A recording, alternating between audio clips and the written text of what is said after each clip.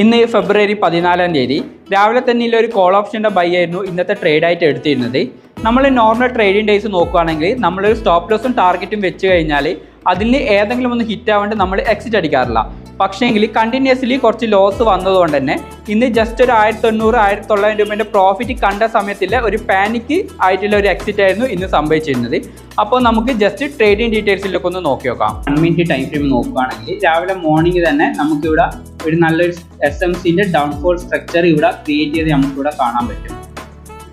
ഈ ഒരു structure create ചെയ്ത സമയത്തുള്ള നല്ല ഒരു ഇമ്പൾസീവ് മൂവ്മെന്റ് വന്ന ഈ ഒരു ഫസ്റ്റ് ഗ്രീൻ ക്യാൻഡിൽ നമ്മളൊരു സോണായിട്ട് മാർക്ക് ചെയ്തിട്ടുണ്ടായിരുന്നു. ആ ഒരു സോണിലേക്ക് വന്ന ഒരു സെക്കൻഡ് എൻട്രി ആയിരുന്നു നമ്മൾ ട്രേഡ് ആയിട്ട് എടുത്തിരുന്നത്. നമ്മൾ ഈ ഒരു സോൺ വരെ ടാർഗറ്റ് വെച്ചിരുന്നെങ്കിലും ഫസ്റ്റത്തെ ഈ ഒരു ഇമ്പൾസീവ് മൂവ്മെന്റ് തന്നപ്പോൾ തന്നെ നമ്മുടെ പ്രോഫിറ്റ് ബുക്ക് ചെയ്യുകയായിരുന്നു ഉണ്ടായിരുന്നത്.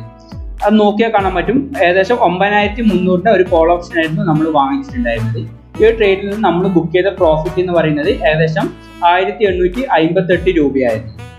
ഈ കാണുന്ന രണ്ടെണ്ണം നമ്മളെ ഹോൾഡിംഗിലുണ്ടായ സിൽവർ പീസും ഗോൾഡ് പീസും നമ്മൾ ഇന്ന് വിറ്റ് ഒഴിവാക്കിയതിന്റെ ജസ്റ്റ് ഒരു പോർട്ട്ഫോളിയോ ആണ് ഇവിടെ ഇത് കാണുന്നത്. ഇതേപോലെ ട്രേഡിംഗ് റിലേറ്റഡ് വീഡിയോസിനായി പേജ് ഫോളോ ചെയ്യുക, സപ്പോർട്ട് ചെയ്യുക.